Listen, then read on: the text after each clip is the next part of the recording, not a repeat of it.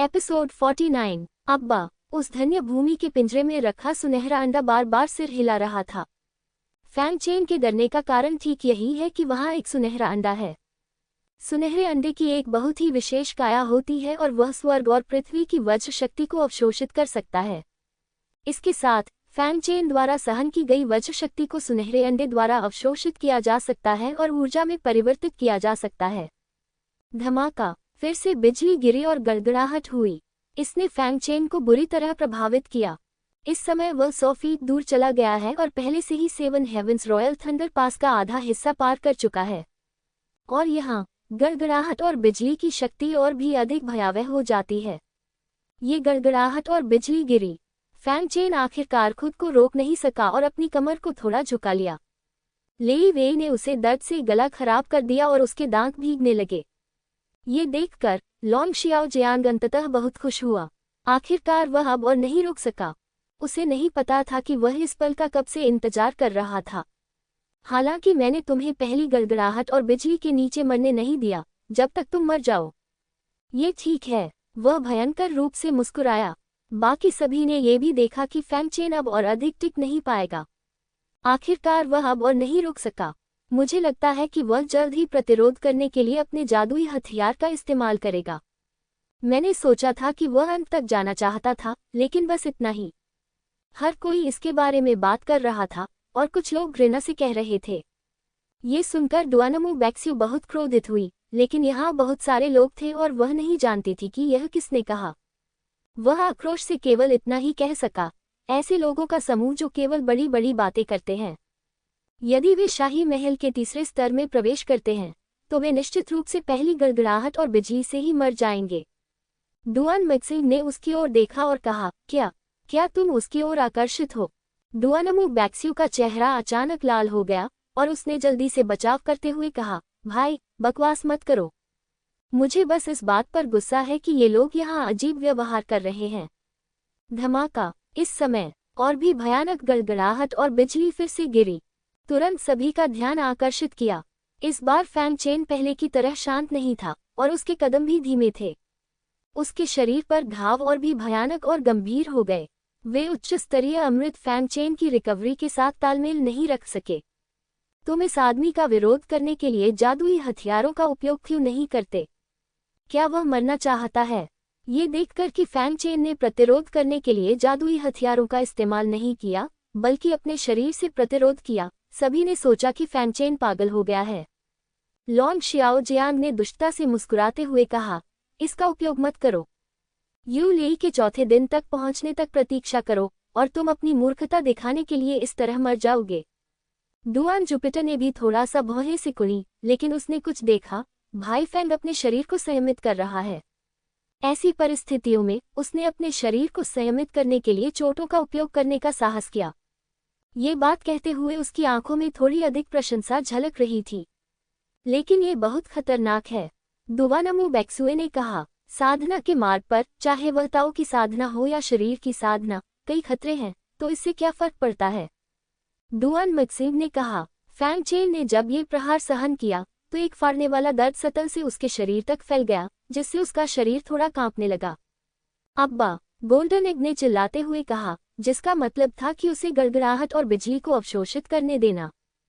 Fang chain ने अपना सिर हिलाया, कोई बात नहीं, यह मेरी सीमा नहीं है।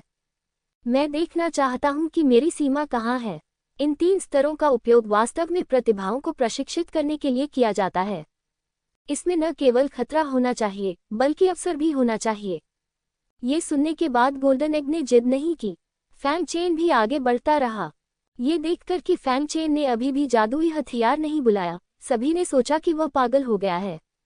तियानेक्सुई पवित्र संप्रदाय की गहराई में ये लिंग ये सब देख रहा है। ये देखकर कि फैंग चेन ने अभी भी जादुई हथियार का उपयोग नहीं किया और प्रतिरोध करने के लिए अपने भौतिक शरीर का उपयोग किया, ये लिंग तिरस्कारपूर्ण लग रहा था। वह सिर्फ एक लापरवाह आदमी है जो भौतिक तरीके से खेती करता है। हालांकि प्रारंभिक चरण में भौतिक तरीका मजबूत है, कानून की खेती के बाद दोनों पक्षों के बीच का अंतर गायब हो जाएगा। ये पूरी तरह से परिलक्षित होता है। जैसा कि अपेक्षित था, निचले डोमेन के मूल निवासी मूर्खों का एक समूह है और चिंता करने की कोई बात नहीं है। धमाका। 100 फीट आगे चलने के बाद बिजली का एक और बोल्ट गिरा, जो फैंग चेन के शरीर पर जोर से गिरा। इस बार फैंग चेन अंततः और अधिक नहीं टिक सका और अपनी पीठ पर एक भयानक घाव के साथ जमीन पर आधा घुटनों के बल बैठ गया। ये गड़गड़ाहट और बिजली, ये लगभग फैंग चेन के शरीर में घुस गई। यदि देवताओं और राक्षसों का समुदाय न होता तो शायद वह बहुत पहले ही मर गया होता। अब्बा जिन डैन बेहद चिंतित थे और कार्रवाई करना चाहते थे, लेकिन फैंग चेन ने उन्हें रोक दिया। सुनहरे अंडे, अभी कोई जरूरत नहीं है। फैंग चेन ने उच्च स्तरीय उपचार अमृत की एक बोतल निकाली और उसे सीधे निगल लिया। उसने एक उच्च स्तरीय ड्रेसिंग भी निकाली और उसे घाव पर लगाया। घाव इतनी तेजी से ठीक हुआ कि उसे नंगी आंखों से भी देखा जा सकता था। उन्होंने कहा, मैं अभी अपनी सीमा तक नहीं पहुंचा हूं, मैं अभी भी प्रयास जारी रख सकता हूं। यदि लेई वेई इसमें दृढ़ नहीं रह पाते तो वे शारीरिक प्रशिक्षण में बहुत आगे नहीं जा पाएंगे।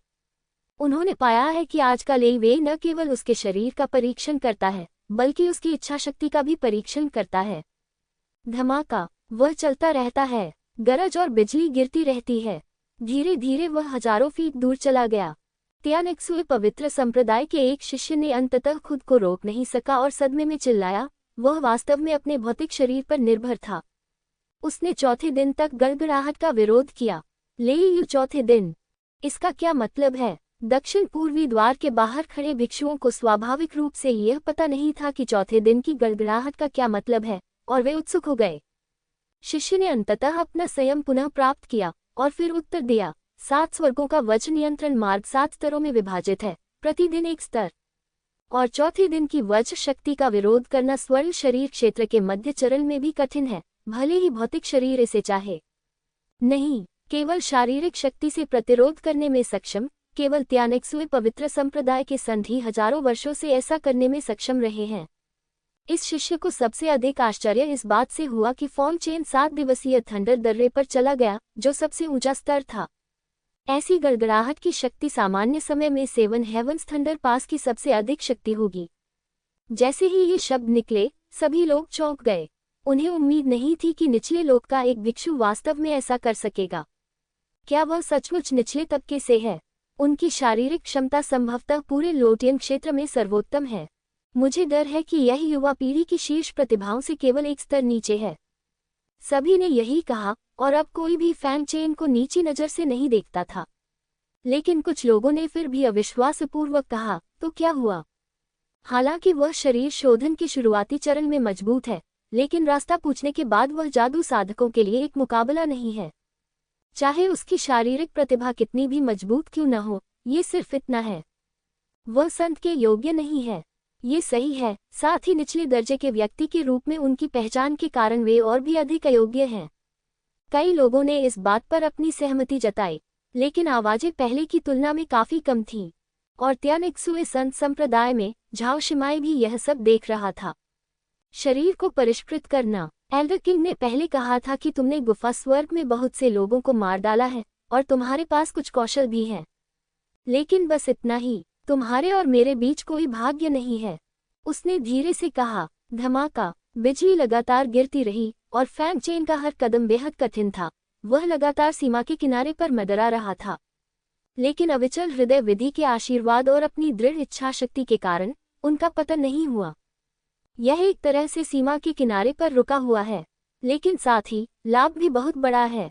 उसका भौतिक शरीर नंगी आंखों से दिखाई देने वाली गति से बेहतर हो रहा है, और जल्द ही वह मज्जा सफाई क्षेत्र के 8वें स्तर के शिखर पर पहुंच जाता है। फिर अड़चन को तोड़ो, मज्जा सफाई क्षेत्र के 9वें स्तर तक सफलतापूर्वक पहुंचो। टकराना। फैंग चेन की सांसें तेज हो गईं, शारीरिक चोटें भी तुरंत ठीक हो गईं। वह टूट गया, और तेज। क्या भौतिक शरीर को तोड़ना इतना आसान है? फैंग चेन की सफलता ने भी तुरंत सभी में विस्मय और हलचल पैदा कर दी। इन लोगों की बातें सुनकर डुआनमू जिंग अवाक रह गया। आसान। इस प्रकार की साधना पद्धति सीमा के किनारे पर टिकी रहती है। 100 में से एक व्यक्ति का बच पाना सौभाग्य की बात है। इसके अलावा उन्होंने जो उपचारात्मक गोलियां खरीदी, उनकी कीमत कम से कम 4 या 5 मिलियन होगी, जो हर किसी के लिए वहन करने योग्य नहीं है। लेकिन वास्तव में यही कारण है कि फैंग चेन की इच्छा शक्ति उसकी कल्पना से भी अधिक मजबूत है। अगर वह सचमुच त्यानेक्सुए पवित्र संप्रदाय को जीवित छोड़ सकता है, तो वह वास्तव में शक्तिशाली हो सकता है। उसने मन ही मन सोचा, लेकिन फिर उसने आह भरी, जिंदा छोड़ना इतना आसान नहीं है। त्यानेक्स्यू पवित्र संप्रदाय की व्यवस्था स्पष्ट रूप से उसे मार डालने की है। और ये तो सिर्फ गड़गड़ाहट का चौथा दिन है। जब गड़गड़ाहट का 7वां दिन आएगा तो तुम उसका विरोध कैसे करोगे? वह 5वें दिन थंडर कंट्रोलर बनने जा रहा है। एक शिष्य चिल्लाया। हर कोई इसका इंतजार कर रहा था। क्या फैंग चेन अपने शरीर से 5वें स्वर्गीय क्षेत्र की गड़गड़ाहट का विरोध कर सकता है? मुझे लगता है उसे कोई जादुई हथियार बुलाना होगा। केवल अपने भौतिक शरीर से 5वें दिन की यू लेई का विरोध करना असंभव है। ये सही है, अगर वह जादुई हथियार का उपयोग नहीं करता है तो मैं उसे मार डालूंगा, एक मजबूत आदमी ने आत्मविश्वास से कहा। उसी समय फैंग चेन ने भी यू लेई के 5वें दिन में कदम रखा। धमाका। आसमान में काले बादल छाए हुए थे जो अंधेरी रात की तरह सूर्य की रोशनी को ढक रहे थे। फैंग चेन रुक गया और आसमान की ओर देखने लगा। इस समय उसका शरीर चोटों से भरा हुआ था और उसकी हड्डियां दिखाई दे रही थीं। हालांकि देवता और दानव के शरीर में उनकी जीवन शक्ति का उन पर ज्यादा प्रभाव नहीं पड़ा। हालांकि अगले 5वें दिन यू लेई ऐसी चीज नहीं थी जिसका वह विरोध कर सके। लेकिन उसने अभी भी जादुई हथियार का उपयोग करने की योजना नहीं बनाई थी, और इसका कोई अन्य कारण नहीं था सिवाय इसके कि उसके पास सोने का अंडा था। गोल्डन एग, तुम अगले लेई वे का 30% अवशोषित कर लो और मैं अभी भी शेष 70% का विरोध करूंगा। वह अपने शरीर को निखारने का ये बेहतरीन मौका नहीं खोना चाहता था। 70% लेवे ही उसकी सीमा थी। अब्बा, गोल्डन एग ने जवाब दिया कि कोई समस्या नहीं है। सभी ने देखा कि फैंग चेन ने अभी भी प्रतिरोध करने के लिए जादुई हथियारों का उपयोग नहीं किया और सोचा कि वह पागल हो गया है। क्या यह आदमी पागल है? इसे तो किसी जादुई हथियार की भी जरूरत नहीं है। बेवकूफ, वह सचमुच नहीं सोचता कि वह इस वार को रोक सकता है। निचली दुनिया में हर कोई वास्तव में मूर्ख है। वे सचमुच सोचते हैं कि यदि वे पहले 4 दिनों की गड़गड़ाहट को झेल सकते हैं तो वे बाकी दिनों को भी झेल सकते हैं। धमाका। उसी समय यू लेई 5वें दिन गिर गया और फैंग चेन की ओर बढ़ गया। जैसी कि उम्मीद थी, फैंग चेन ने प्रतिरोध करने के लिए किसी जादुई हथियार का इस्तेमाल नहीं किया। गरज और बिजली ने फैंग चेन को बुरी तरह मारा। 30% शक्ति तुरंत ही धन्य भूमि के पिंजरे में सोने के अंडे द्वारा अवशोषित कर ली गई। शेष 70% का भार फैंग चेन पर पड़ा। आह! फैंग चेन की दहाड़ सुनाई दी, जो दर्द और दृढ़ संकल्प से भरी थी।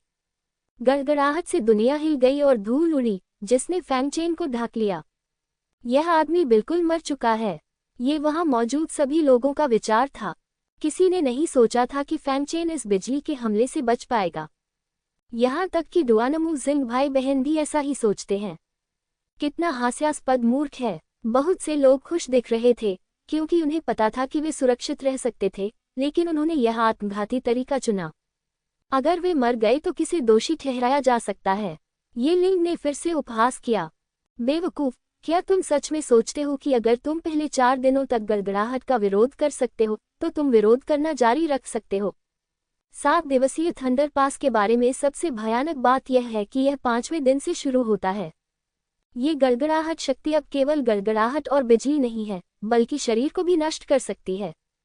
बिजली की सुइयां शरीर के छिद्रों के माध्यम से शरीर में प्रवेश कर सकती हैं, और हर कोई इसका विरोध नहीं कर सकता है।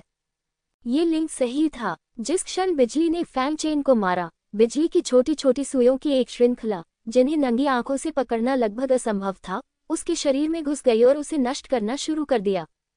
लेकिन फैंग चेन ने ठंडी सांस ली और तलवार भगवान और तलवार दानव की शक्ति अपने आप प्रसारित हुई, जिसने इस शक्ति को एक पल में दबा दिया। तलवार दानव के शरीर ने तथाकथित बिजली की सुई को कोई मौका दिए बिना इस शक्ति को अनायास ही निगल लिया। लेकिन इसके बावजूद भी वह पहले की तरह सीधा खड़ा नहीं हो पा रहा था। इसके बजाय वह जमीन पर घुटनों के बल झुका हुआ था और खतरे में था, मानो वह कभी भी मर जाएगा। पकड़ना! फैंग चेन गुस्से से दहाड़ा। तलवार दानव और तलवार भगवान का खून शरीर में पागलपन से परिष्कृत हो रहा है और पूरे शरीर में सैकड़ों बिंदुओं में डाला जा रहा है। अचानक उसकी सांस फिर से खतरे में पड़ गई और वह धीरे धीरे अपनी आधी घुटनों की स्थिति से उठ खड़ा हुआ, और शरीर शोधन क्षेत्र में उसकी साधना में फिर से थोड़ा सुधार हुआ है। इसी समय धुआं धीरे धीरे छंट गया। इसे मत देखो, वह निश्चित रूप से मर जाएगा। जिस भिक्षु ने पहले कहा था कि यदि फैंग चेन सहन कर सके तो वह जियान को खा जाएगा, उसने दृढ़ता से कहा, ये सही है, ये तमाशा यही समाप्त होता है। निचले क्षेत्र के लोग निचले क्षेत्र के लोग ही होते हैं। इसमें प्रवेश कर पाना पहले से ही बहुत अच्छी बात है। अन्य लोगों ने भी यही बात कही, लेकिन जब धुआं छंटा और उन्होंने फैंग चेन को सीधे खड़े देखा तो उनका अभिमान और घृणा तुरंत दृढ़ हो गई। ये कैसे हो सकता है? हालांकि फैंग चेन चोटों से भरा हुआ था और बेहद शर्मिंदा था, लेकिन उसकी आंखें दृढ़ रहीं और वह वास्तव में गड़गड़ाहट के इस 5वें दिन का सामना कर सका। ये कैसे संभव है? ये कमीना इतना ताकतवर कैसे हो सकता है? लांग शियाओ जियान की आंखें अविश्वास से चौड़ी हो गईं। ये लिंग ने भी यही कहा, असंभव। उसके शरीर में करोड़ों बिजली की सुइयां डाली गईं। उसका जीवित रहना असंभव है। उसने जरूर कोई जादुई हथियार इस्तेमाल किया होगा। ये सही है, ये निश्चित रूप से सच है। अगर उसे पीट पीट कर मार भी दिया जाए तो भी उसे यकीन नहीं होगा कि फैंग चेन अकेले अपने शरीर से इस मुकाम तक पहुंच सकता है। उसने जरूर कोई गलत तरीका अपनाया होगा। यह विश्वासघाती खलनायक। निश्चित रूप से निचले क्षेत्र के लोग इतने मजबूत नहीं हैं। वे इन छोटी छोटी चालों का उपयोग करने में काफी सक्षम हैं। नीचे मौजूद लोग भी धीरे धीरे अपने होश में आए और उनके चेहरे पर आश्चर्य, संदेह, ईर्ष्या और प्रशंसा के भाव उभरने लगे। अचानक किसी को कुछ याद आया और उसने जियान खाने वाले भिक्षु से कहा, साथी ताओवादी, आपने यह नहीं कहा कि जब तक वह इसका विरोध कर सकता है आप उसके सामने जियान को खाएंगे। कृपया अपना वादा पूरा करें। अन्य लोगों ने भी उस ओर देखा। भिक्षु जियान के चेहरे पर भाव बहुत ही बदसूरत थे और वह हकलाते हुए बोला, मैं ये कह रहा हूं कि वह केवल अपने भौतिक शरीर के साथ 5वीं स्वर्गीय गड़गड़ाहट का सामना कर सकता है। ये केवल एक कदम नहीं है, काटना। उनके शब्दों पर तुरंत ही कई लोगों ने आपत्ति जताई। दूसरी ओर फैंग चेन आगे बढ़ता रहा। यद्यपि वज्र की शक्ति बड़ी और बड़ी होती जा रही है, लेकिन सुनहरा अंडा हर बार कई प्रतिशत शक्ति को अवशोषित कर सकता है, जिससे केवल उतनी ही सीमा बचती है जितनी फैंग चेन सहन कर सकता है। ठीक इसी तरह सबकी हैरान निगाहों के सामने वह यूली के 5वें दिन से निकलकर यूली के 6ठे दिन आ गया। मैंने मूल रूप से सोचा था कि यूली के 6ठे दिन फैंग चेन अपना जादुई हथियार निकाल लेगा और चाहे कुछ भी हो उसका विरोध करेगा, लेकिन उसने अभी भी प्रतिरोध करने के लिए कोई जादुई हथियार नहीं बुलाया, लेकिन उसने कदम रखा और अभी भी अपने भौतिक शरीर के साथ प्रतिरोध करने की योजना बनाई। धमाका। 6ठे दिन की गड़गड़ाहट और बिजली वज्र स्तंभों की तरह थी, जिनका आकार एक वयस्क के बराबर था, लेकिन फिर भी फैंग चेन ने अपने भौतिक शरीर से प्रतिरोध किया। लेकिन वे यह नहीं जानते थे कि 60% शक्ति सोने के अंडे द्वारा अवशोषित कर ली गई थी। एक पवित्र पशु के रूप में उसने गड़गड़ाहट से संबंधित प्रतिभाओं को भी जागृत किया है। गरज और बिजली सुनहरे अंडों के प्रति लगभग प्रतिरक्षित हैं। यही कारण है कि फैंग चेन ने अकेले अपने शरीर के साथ 7 दिवसीय गड़गड़ाहट अवरोध को तोड़ने का साहस किया। गोल्डन एग की मदद से ये तथाकथित 7 दिवसीय थंडर कंट्रोल पास फैंग चेन के लिए आसान था। बस इसी तरह उसने दबा ली और आगे चल दिया। जल्द ही हम अंतिम स्तर 7वें स्वर्ग थंडर पास पर पहुंच गए। अंदर कदम रखने से पहले फैंग चेन ने एक शक्तिशाली हलचल महसूस की जो स्वर्ग और पृथ्वी से आए तूफान की तरह थी। उसे ऐसा लग रहा था कि जो भी इसमें कदम रखेगा उसकी मृत्यु हो जाएगी। ये केवल भौतिक शरीर से ही नहीं बल्कि आत्मा से भी आक्रमण है। दिलचस्प, लेकिन इस चौंकाने वाले दृश्य का सामना करते हुए फैंग चेन ने अपने मुंह के कोनों को थोड़ा ऊपर उठाया और उसकी आंखें दृढ़ संकल्प से भरी थीं। यदि वह इस कारण से डरता तो आज वह वहां नहीं होता जहां वह है। बिना किसी हिचकिचाहट के वह सीधे 7वें स्वर्ग थंडर दर्रे में कदम रख दिया। ये दृश्य देखकर सभी अवाक रह गए। वह अभी भी शारीरिक रूप से प्रतिरोध करने की योजना बना रहा है। यह मांस का राक्षस कहां से आया? इस समय हर कोई फैंग चेन को नहीं बल्कि राक्षसों को देख रहा था। राक्षस। 6ठे दिन की गड़गड़ाहट और बिजली का कोई कैसे विरोध कर सकता है? और वह 7वें दिन की गड़गड़ाहट को नियंत्रित करने के लिए अपने शरीर का उपयोग जारी रखने की योजना बना रहा है। इस आदमी के शरीर के साथ क्या हो रहा है? वह बहुत दुष्ट है। अरे साथी ताओवादी चिजियांग, अब अपना वादा पूरा करने का समय आ गया है। किसी ने चिल्लाकर कहा, मेरे पास कुछ गर्म चीज है, क्या तुम्हें वह चाहिए? हाँ हाँ हाँ। दूसरों ने भी मजाक किया। साथी ताओवादी चिजियांग का चेहरा बदसूरत था, इसलिए स्वाभाविक रूप से उसे यहाँ रहने में कोई शर्म नहीं आई और वह निराश होकर भाग गया। लेकिन इतनी छोटी सी बात पर बहुत कम लोग ध्यान देते हैं।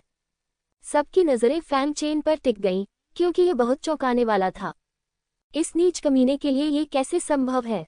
लॉन्ग शियाओ जियान की अभिव्यक्ति बेहद बदसूरत थी। उसने पहले ही 7 हेवंस थंडर पास की कठिनाई को सबसे मजबूत स्तर पर समायोजित कर लिया था। लेकिन फैंग चेन अभी भी ठीक है, और उसने अभी भी अपने भौतिक शरीर के साथ विरोध किया। वह 7वें दिन की गड़गड़ाहट का सामना कभी नहीं कर पाएगा। ये सही है, वह इसका सामना कभी नहीं कर पाएगा। ये लिंग भी हैरान था, लेकिन ये देखकर कि फैंग चेन अभी भी अपने शरीर के साथ अकेले गड़गड़ाहट की रोशनी को नियंत्रित करने के लिए 7वें आसमान में प्रवेश करना चाहता था, उसने तुरंत व्यंग्य किया, आप वास्तव में मौत की तलाश में हैं। यदि आप अपने शरीर के साथ अकेले प्रवेश करने की हिम्मत करते हैं, तो मैं गारंटी देता हूं कि आप मर जाएंगे। झाओ शिमाई ने भी ये दृश्य देखा, और वह भी फैंग चेन के शरीर की ताकत से हैरान थी। यदि वह होती तो उसके लिए ऐसा करना बिल्कुल असंभव होता, लेकिन उसने इसे ज्यादा गंभीरता से नहीं लिया, क्योंकि उसकी असली ताकत शरीर नहीं बल्कि ताओ थी। वह एक लापरवाह आदमी है, उसने तिरस्कारपूर्वक कहा।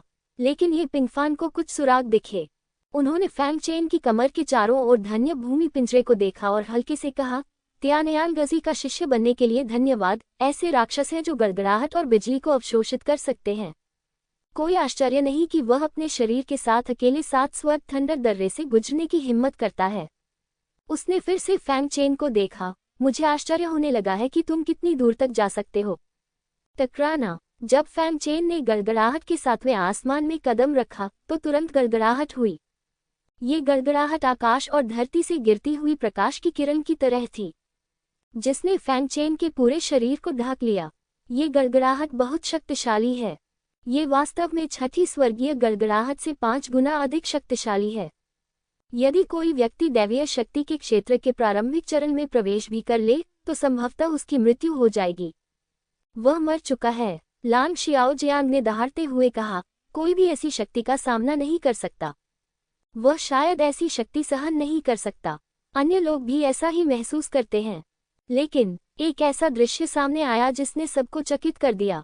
मैंने बिजली के बीच से एक पैर बाहर निकलते देखा, और फिर फैंग चेन ने अपनी कमर सीधी की और उसमें से बाहर निकल आया। वह, रुको, ये कैसे हो सकता है? दर्शकों में से हर कोई स्तब्ध होकर फैंग चेन को देख रहा था। लॉन्ग शियाओ जियान, ये लिंग और झाओ शिमाई सभी इस दृश्य को देखकर स्तब्ध रह गए। वह इसे कैसे सहन कर सकता है? ऐसा नहीं होना चाहिए। ये लिंग बेहद बदसूरत लग रहा था। उसकी आत्मधार्मिक व्यवस्था वास्तव में फैंग चेन को कोई नुकसान पहुंचाने में विफल रही। और झाओ शिमाई ने कुछ सुराग देखे। उसके पास गड़गड़ाहट और बिजली का विरोध करने का एक तरीका होना चाहिए था, लेकिन उसने उसे कम करके आंका। लेकिन तो क्या हुआ? 7 स्वर्ग यू ले दर्रा 3 यू दर्रे का सबसे सरल स्तर है। तियानेक्स्यू पवित्र संप्रदाय के पास से काफी लोग गुजर रहे थे। उसके मन में अभी भी फैंग चेन के प्रति घृणा थी। जहां तक दर्शकों की बात है, वे तो अचंभित थे और कुछ हद तक इसके अभ्यस्त भी हो गए थे। लेकिन वे नहीं जानते थे कि इस समय फैंग चेन को इस पर गर्व नहीं था, बल्कि वह असहाय था। उसका भौतिक शरीर अपनी सीमा तक पहुंच गया है, और यदि वह ली वे का विरोध करना जारी रखता है, तो छिपे हुए खतरे हो सकते हैं। इसके अलावा 7 दिवसीय शाही गड़गड़ाहट का शारीरिक संयम प्रभाव कम होता जा रहा है, और इसे जारी रखना कृतघ्न होगा। बस इतना ही। अब जब मैंने अपने भौतिक शरीर को मज्जा सफाई क्षेत्र के 9वें स्तर पर पहुंचा दिया है, तो मैं स्वर्ण शरीर क्षेत्र में कदम रखने से केवल एक कदम दूर हूं। ड्रैगन हाथी कला भी एक कदम आगे बढ़ गई है और 5वें स्तर में प्रवेश कर गई है। ये सोचते हुए उसने फिर से आह भरी, दुर्भाग्य से देवताओं के यिन और यान कुंग-फू का अभ्यास करना बहुत कठिन है। मैंने रास्ते में केवल कुछ बिंदुओं में सुधार किया है। ये कठिनाई देवताओं और राक्षसों के शेष अध्यायों की तुलना में बहुत अधिक खराब है।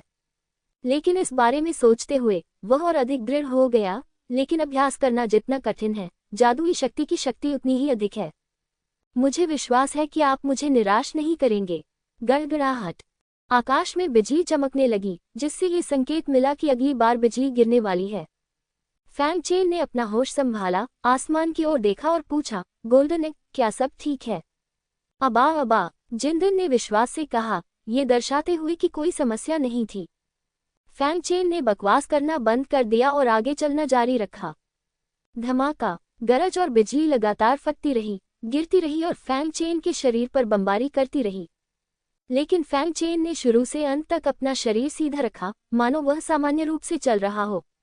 और गरज और बिजली सूर्य के प्रकाश के समान है, जो थोड़ी सी चमक के अलावा उसे कोई हानि नहीं पहुंचा सकती। वह इसी तरह चलता रहा, और प्रत्येक गड़गड़ाहट पिछली गड़गड़ाहट से कहीं अधिक शक्तिशाली होती है। लेकिन फिर भी उसके कदम अपरिवर्तित रहे, और उसे आकाश में गड़गड़ाहट और बिजली देखने में भी कोई दिलचस्पी नहीं थी। यह आदमी, क्या हो रहा है? दक्षिण पूर्वी गेट पर खड़े सभी लोग ये दृश्य देखकर हतप्रभ रह गए। हालांकि मैं जानता था कि फैंग चेन एक राक्षस है, लेकिन मैंने उससे इतना राक्षस होने की उम्मीद नहीं की थी। समतल जमीन पर चलने और सेवन हेवंस थंडर पास की अनदेखी करने में क्या अंतर है? ये लिंग ने फैंग चेन को घूर कर देखा, लेकिन उसमें कोई आश्चर्य या अविश्वास नहीं था। इसके बजाय उसमें थोड़ी अधिक अवमानना और तिरस्कार था। ओह, जैसा कि मैंने अनुमान लगाया था, इस आदमी ने प्रतिरोध करने के लिए किसी तरह के जादुई हथियार का इस्तेमाल किया होगा, और यह शुरू से ही होता रहा है। मैं भी अपने शरीर से प्रतिरोध नहीं कर सकता, तो निचले क्षेत्र का एक कमीना ऐसा कैसे कर सकता है? यह कोई बुरी बात नहीं है। इस क्षेत्र के लोग केवल ये काल्पनिक चीजें खेलते हैं। तभी उसकी आंखों में लालच की एक चमक उभरी, लेकिन वह खजाना बहुत अच्छा है। ये वास्तव में 7 स्वर्गों के शाही तूफान का सामना कर सकता है। अगर मैं इसे पा लूं। जब उसने सोचा कि वह 7 स्वर्गों के थंडर दर्रे से ऐसे गुजर सकता है जैसे कि वह समतल जमीन पर चल रहा हो, तो वह मुस्कुराए बिना नहीं रह सका। तब तक वह निश्चित रूप से सबसे चमकदार प्रतिभाशाली व्यक्ति बन चुका होगा, और वह फैंग चेन की हत्या करने पर अधिकाधिक आमादा हो गया। ये कमीना, इसे मरना ही होगा। धमाका, एक और वज्र स्तंभ गिरा, जो 1 फुट लंबा और चौड़ा था। इसके परिणाम स्वरूप शून्य में 4-5 दिनों की गड़गड़ाहट जैसी शक्ति कांपने लगी। हालांकि इतनी शक्ति ने भी फैंग चेन को कोई नुकसान नहीं पहुंचाया, और उसके कदम शुरू से अंत तक बहुत सहज और सामान्य थे। बस इसी तरह वह 7 स्वर्गों के थंडर पास से बाहर चला गया। इतना ही। हालांकि वे जानते थे कि यूले पास का फैंग चेन पर कोई खास प्रभाव नहीं पड़ा था, फिर भी वहां मौजूद सभी लोग हैरान और अवाक थे। यह इतना आरामदायक था कि उन्हें विश्वास ही नहीं हुआ कि यह सच है। वह अवश्य ही किसी जादुई हथियार पर निर्भर होगा। बिल्कुल। इस समय लॉन्ग ज़ियाओजियान गर्व से चिल्लाया, मानो वह फैंग चेन को उजागर कर रहा हो। जब अन्य लोगों ने ये सुना तो उनकी आंखें अचानक चमक उठीं और वे एक के बाद एक बोलने लगे, मानो उन्हें अपनी भड़ास निकालने का कोई रास्ता मिल गया हो। हाँ बिल्कुल, संभवतः वह जो निचले क्षेत्र का निवासी है, अकेले अपने भौतिक शरीर के साथ 7 स्वर्गों के थंडर दर्रे को कैसे पार कर सकता है? इतनी महान शक्ति के साथ दिव्य शक्ति के क्षेत्र में एक मजबूत व्यक्ति को भी इसकी धार से बचना होगा। ऐसे तुच्छ व्यक्ति की तो बात ही छोड़िए। निचले क्षेत्र के ये लोग वास्तव में काफी विश्वासघाती हैं। वे सिर्फ जादुई हथियारों का इस्तेमाल करते हैं और दिखाते हैं कि वे उन्हें अपने शरीर के साथ ले जा सकते हैं। ये सही है, निचले क्षेत्र के लोग सभी कुतिया हैं। मैं देखता हूँ, उसने गड़गड़ाहट को नियंत्रित करने के पहले दिन इसका इस्तेमाल किया था।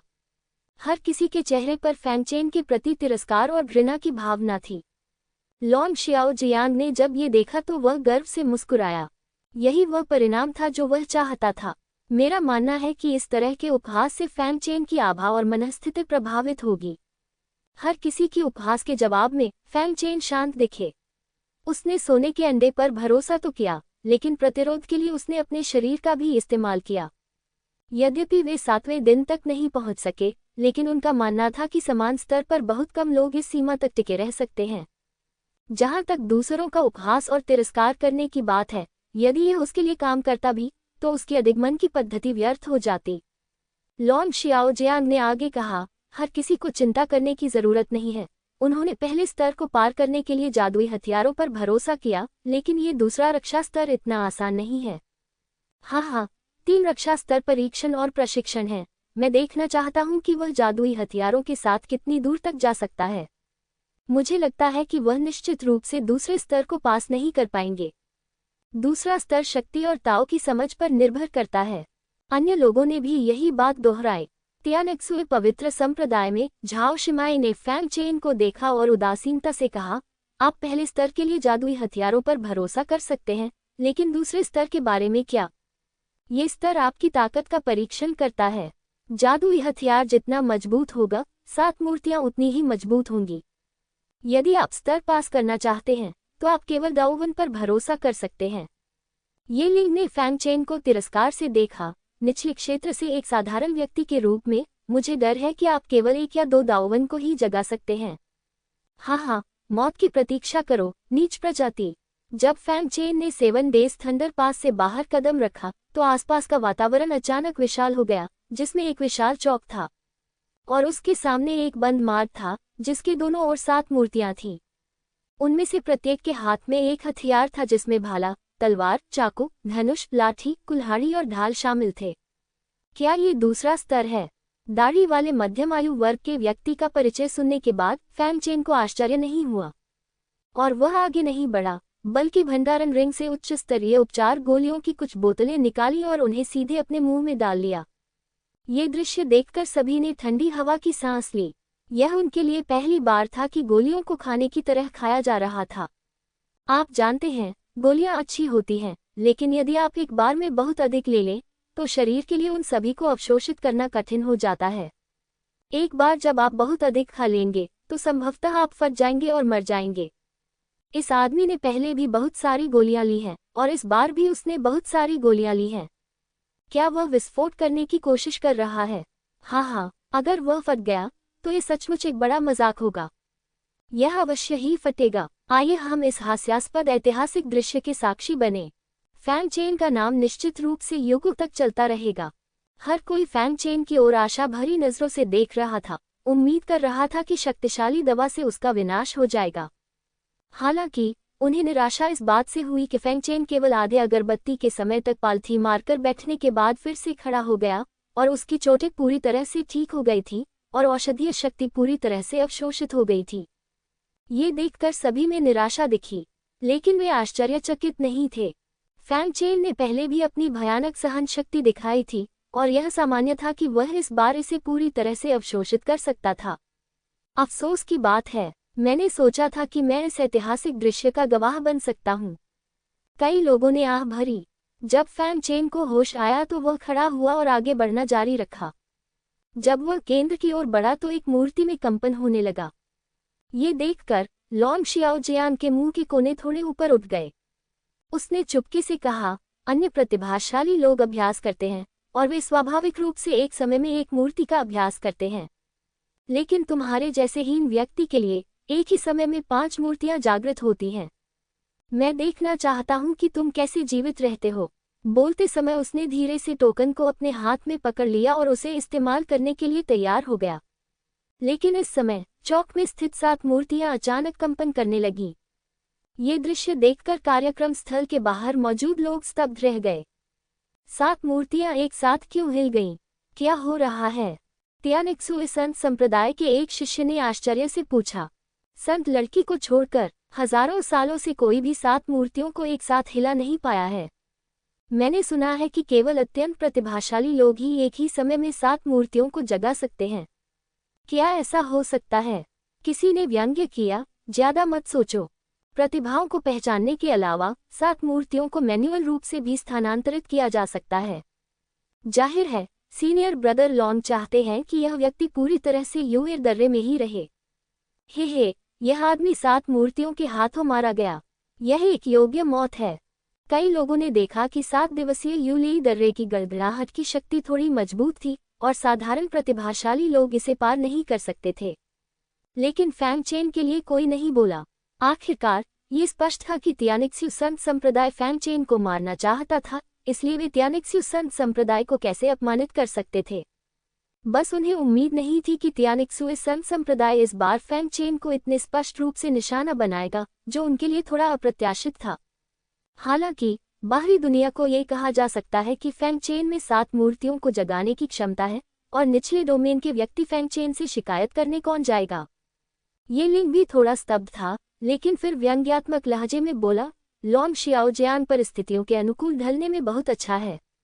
वह मूल रूप से चाहता था कि लॉन्ग शियाओजियान 3 या 4 मूर्तियों को जगाए, लेकिन उसने यह उम्मीद नहीं की थी कि दूसरा पक्ष सभी 7 का उपयोग करेगा। लेकिन ये भी अच्छा है, इससे भविष्य की परेशानियां एक बार में ही हल हो सकती हैं। उसने फिर कहा, झाओ शिमाई ने भी थोड़ा सा मुंह सिकुड़ा। उसे लगा कि संप्रदाय फैंग चेन को कुछ ज्यादा ही निशाना बना रहा है, लेकिन फैंग चेन के शांत भाव को देखकर उसने ज्यादा कुछ नहीं कहा। और लॉन्ग ज़ियाओजियान उलझन में था, क्योंकि उसने अभी तक टोकन का इस्तेमाल नहीं किया है और उसने 7 मूर्तियों को नहीं जगाया है। ये स्पष्ट है, इन 7 मूर्तियों ने खुद को जागृत किया क्योंकि उन्होंने फैंग चेन की प्रतिभा को महसूस किया। ये कैसे संभव है? इस निम्न श्रेणी के व्यक्ति में ऐसी प्रतिभा कैसे हो सकती है? उसने अविश्वास में कहा। फिर उसकी अभिव्यक्ति क्रूर थी। भूल जाओ, चाहे उसकी प्रतिभा कुछ भी हो, वह इस लड़ाई में मर जाएगा। इस समय 7 मूर्तियों की सतह की पत्थर की परत पूरी तरह से गिर गई, जिससे उनके सुनहरे शरीर प्रकट हो गए। तुरंत एक भयानक सांस निकली, रास्ते के अर्थ के साथ। 7 जोड़ी ठंडी आंखें तुरंत फैंग चेन पर टिक गईं। 7 मूर्तियों की ठंडक महसूस करते हुए फैंग चेन की अभिव्यक्ति शांत रही, लेकिन उसकी आंखों में थोड़ी उत्तेजना थी। दिलचस्प है, मैं देखना चाहता हूं कि इन 7 मूर्तियों में क्या है। उसका बायां हाथ चमक उठा और उसके हाथ में दिव्य दंत तलवार प्रकट हो गई। जहां तक तुझी तलवार की बात है, तो उसने इसका इस्तेमाल नहीं किया, क्योंकि उसका इरादा पहले 7 मूर्तियों की शक्ति का परीक्षण करना था। टकराना। इस समय 7 मूर्तियां तैयार लग रही थीं, प्रत्येक अपनी जादुई शक्तियां दिखा रही थी। फैंग चेन पर हमला करो। धनुष मूर्ति को छोड़कर अन्य 6 मूर्तियां फैंग चेन की ओर दौड़ पड़ीं। और सबसे आगे भागती हुई भाला की मूर्ति थी। उसका शरीर जाइरोस्कोप जैसा था। भाला की नोक घूमती हुई फैंग चेन की ओर भागती रही। फैंग चेन को बिल्कुल भी डर नहीं लगा और उसके हाथ में दिव्य शक्ति जल्दी से इकट्ठा हो गई। उसके पीछे के रास्ते की आभा फूट पड़ी। शब्द भगवान प्रकट हुआ। एक तलवार बाहर निकली। टकराना। दोनों पक्ष आपस में टकरा गए। फैंग चेन कई फीट पीछे हट गया और भाला की मूर्ति केवल 2 फीट पीछे हटी। फैंग चेन ने जब ये देखा तो वह थोड़ा चौंक गया। हालांकि उसने अपनी पूरी ताकत नहीं लगाई थी, लेकिन प्रतिद्वंद्वी का शॉट झोउ युआन के 9वें स्तर के एक साधारण प्रतिभाशाली व्यक्ति जितना शक्तिशाली था। दिलचस्प है, उसने मन ही मन सोचा। जैसे ही वह हैरान हुआ, अचानक दोनों तरफ 2 मूर्तियां प्रकट हुईं। वे तलवार और चाकू की मूर्तियां थीं। वे दोनों क्षैतिज रूप से वार करने के लिए आईं। फैंग चेन ने अपनी तलवार को घुमाते हुए शून्य में छलांग लगाई, लेकिन अचानक उसे लगा कि आकाश और पृथ्वी अंधकार में हो गए हैं। जब उसने ऊपर देखा, तो लाठी और कुल्हाड़ी की मूर्तियां लंबे समय से शक्ति जमा कर रही थीं और सीधे उस पर झपट पड़ी। लाठी और कुल्हाड़ी मुख्य रूप से शक्तिवर्धक हथियार हैं, और ये ऐसी चीजें नहीं हैं जिनसे तलवारबाजी में सीधे तौर पर निपटा जा सके। लेकिन फैंग चेन कोई साधारण व्यक्ति नहीं है। उसके मांस और रक्त मज्जा को साफ करने का क्षेत्र तुरंत चरम पर पहुंच गया। 36 मेरिडियन ने तुरंत दिव्य शक्ति एकत्र की और अवरोध के लिए तलवार उठाई। धमाका। फैंग चेन जमीन पर जोर से गिरा। तुरंत ही 3 फीट गहरा एक बड़ा गड्ढा बन गया। टकराना। लेकिन इस हमले से उसे ज्यादा नुकसान नहीं हुआ। वह जल्दी से उस छड़ी वाली मूर्ति की ओर बढ़ा जो अभी अभी गिरी थी। उसे एक तलवार से काट दिया। धिक्कार, लेकिन मुझे नहीं पता कि कब।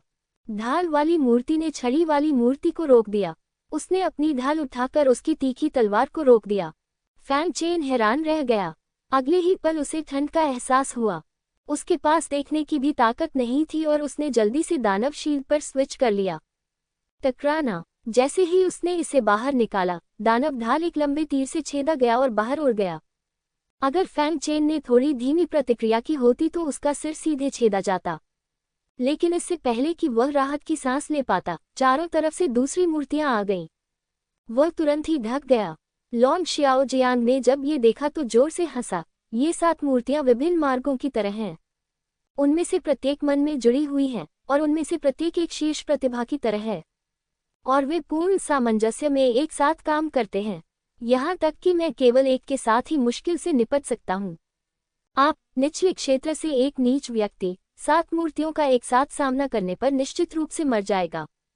केवल वह ही नहीं, बल्कि अन्य लोग भी ऐसा सोचते हैं।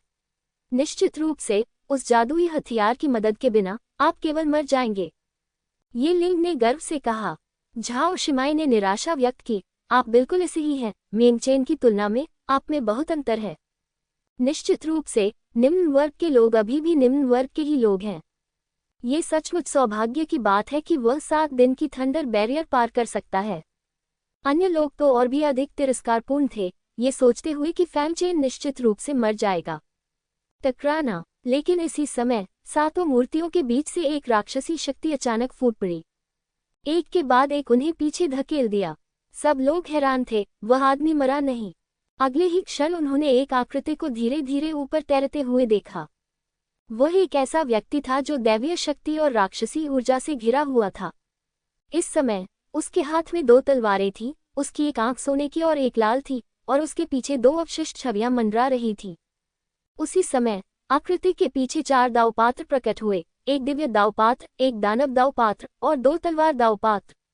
उसके सामने खड़ा व्यक्ति फैंगचेन के अलावा और कौन हो सकता है? 2 तलवार दावपात्र। हर कोई हैरान था। ये पहली बार था जब उन्होंने किसी व्यक्ति को 2 तलवार दावपात्रों को समझते देखा था। देखो, वे 2 तलवार दावपात्र थोड़े अलग लग रहे हैं। एक राक्षसी ऊर्जा से भरा है और दिव्य शक्ति का एक स्पर्श बढ़ जाता है। ये देवताओं और राक्षसों से संबंधित एक तलवार दाव चरित्र निकला। ये बच्चा बहुत अजीब है। सभी को फैंगचेन असामान्य लगा। लॉन्ग शियाओजियांग ने ठंडी सांस ली और उग्रता से कहा, चाहे आप कैसे भी हो, आप इस स्तर पर मर जाएंगे। मृत। फैंगचेन ने दूर से लॉन्ग शियाओजियांग पर नजर डाली। जब से वह दिखाई दिया था, वह उस पर ध्यान दे रहा था। ये स्पष्ट था कि दूसरा पक्ष उसे मारना चाहता था। इस मामले में वह स्वाभाविक रूप से दूसरे पक्ष को जाने नहीं देगा। फैंगचेन को अपनी ओर देखते हुए, विशेष रूप से ठंडी और जानलेवा निगाहों को महसूस करते हुए, लॉन्ग शियाओजियांग का चेहरा थोड़ा बदल गया और उसके दिल की गहराई से डर बाहर निकल आया। लेकिन वह जल्दी ही संभल गया। उसकी अभिव्यक्ति और अधिक क्रूर हो गई। क्या वह उसे मार डालेगा? एक साधारण निम्न लोक के व्यक्ति के रूप में उसकी हिम्मत कैसे हुई मुझे मारने की? फैंगचेन ने दूसरे पक्ष पर ज्यादा ध्यान नहीं दिया। वह अभी भी 7 मूर्तियों की घेराबंदी का सामना कर रहा था। लेकिन इस समय उसकी अभिव्यक्ति कुछ हद तक शांत थी। अभी अभी की घेराबंदी से उसने धीरे धीरे इन मूर्तियों की ताकत पर काबू पा लिया था। उन्होंने कहा, अब आगे बढ़ने का समय आ गया है। टकराना। 7 मूर्तियां फिर से फैंगचेन की ओर दौड़ीं। वे अभी तक प्रबुद्ध नहीं हुए थे और नहीं जानते थे कि फैंगचेन के परिवर्तन का क्या मतलब है। उनका केवल एक ही उद्देश्य था, फैंगचेन को मारना। वे अब भी पहले जैसे ही थे। भालाधारी मूर्ति सबसे पहले आगे बढ़ी। तलवारें और चाकू दोनों तरफ थे। लाठी और कुल्हाड़ियों ने आकाश को अवरुद्ध कर दिया था। धनुष लंबी दूरी का समर्थन प्रदान करते थे और ढाल किसी भी समय हमला करने के लिए तैयार थे। तुमने जो चाल पहले इस्तेमाल की थी, अगर तुम उसे दोबारा मुझ पर इस्तेमाल करोगे तो वह बेकार हो जाएगी। फैंगचेन ने धीरे से कहा, और उसकी दिव्य शक्ति और राक्षसी ऊर्जा उसकी 2 तलवारों में एकत्र हो गई। चरम छाया फुटवर्क शुरू हो गया। वह भी भाले की मूर्ति की ओर दौड़ा। दोनों तलवारें सीधे बाहर निकल गईं।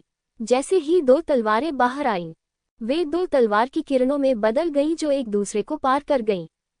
ये वह जादुई शक्ति थी जिसे फैंगचेन ने दिव्य यिन और यांग रहस्य का अभ्यास करके समझा था, और उसने इसे देवताओं और राक्षसों का क्रॉस/ नाम दिया था। टकराना। दोनों पक्ष फिर भिड़ गए।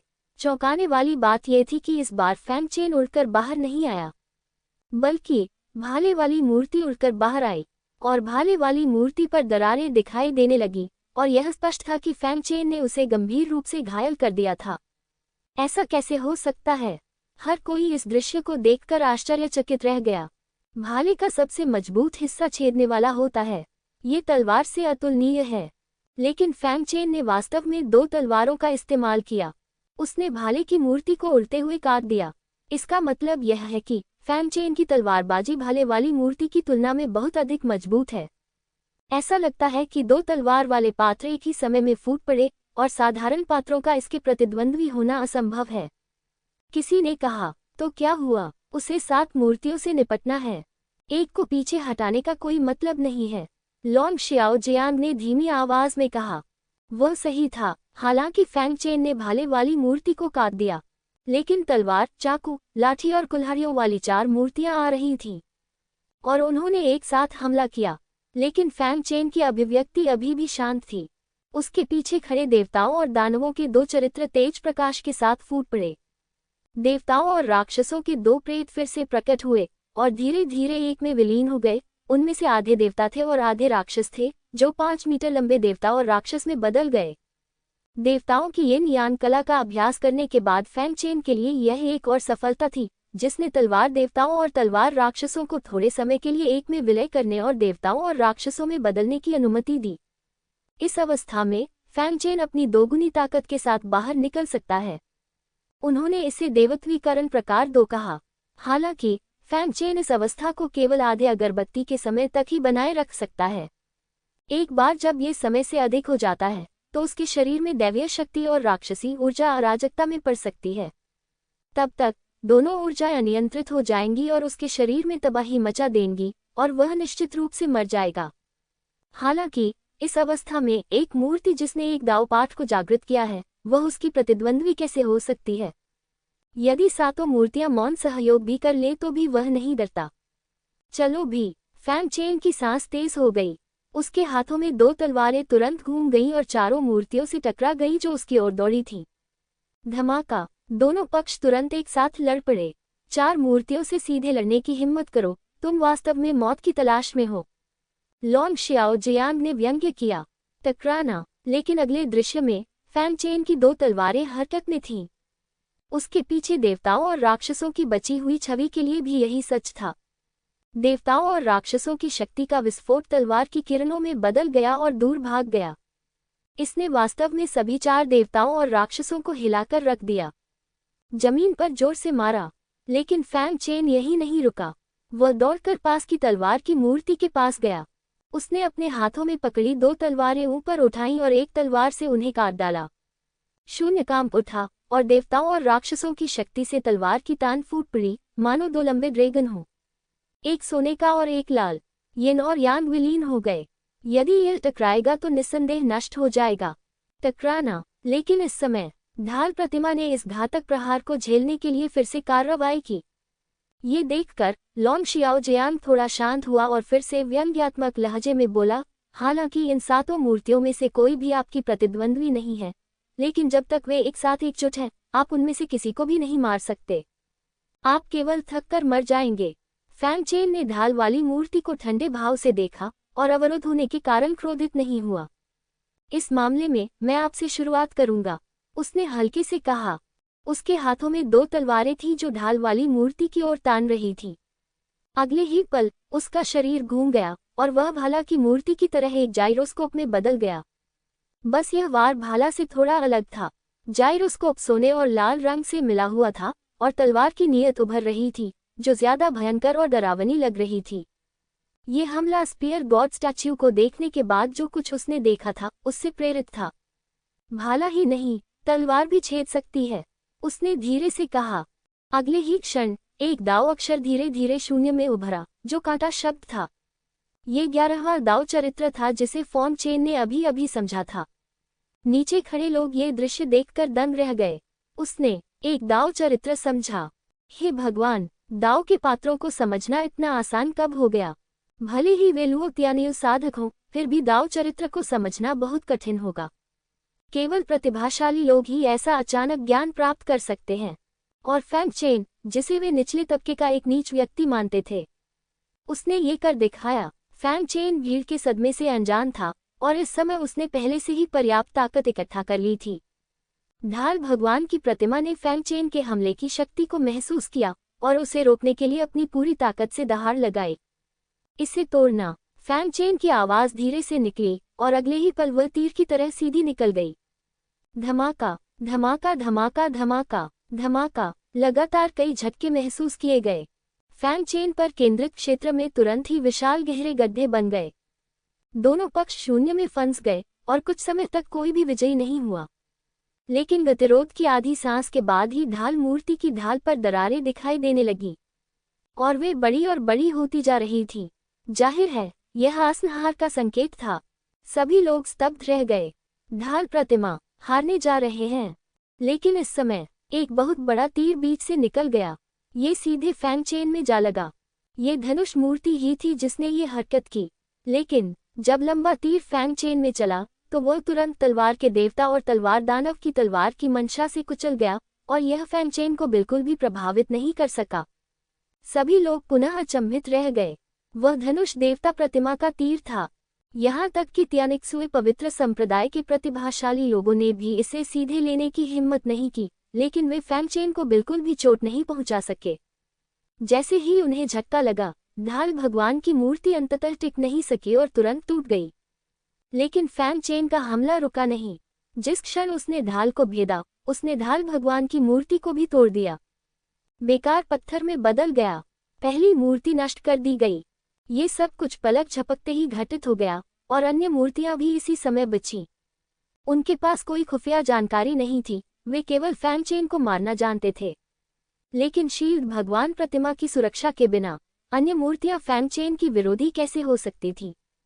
टकराना। केवल 10 से अधिक प्रणालियों के साथ फैंग चेन ने सबसे पहले भगवान और दानव परिवर्तन 2 के साथ धनुष भगवान प्रतिमा को हराया और फिर एक एक करके अन्य मूर्तियों को विघटित कर दिया। प्लॉप। अंततः एक मूर्ति जमीन पर गिर गई, दूसरा रक्षा पास। हालांकि वे जानते थे कि फैंग चेन मूल रूप से शील्ड भगवान प्रतिमा को हराने के बाद दूसरे पास से गुजर चुका था।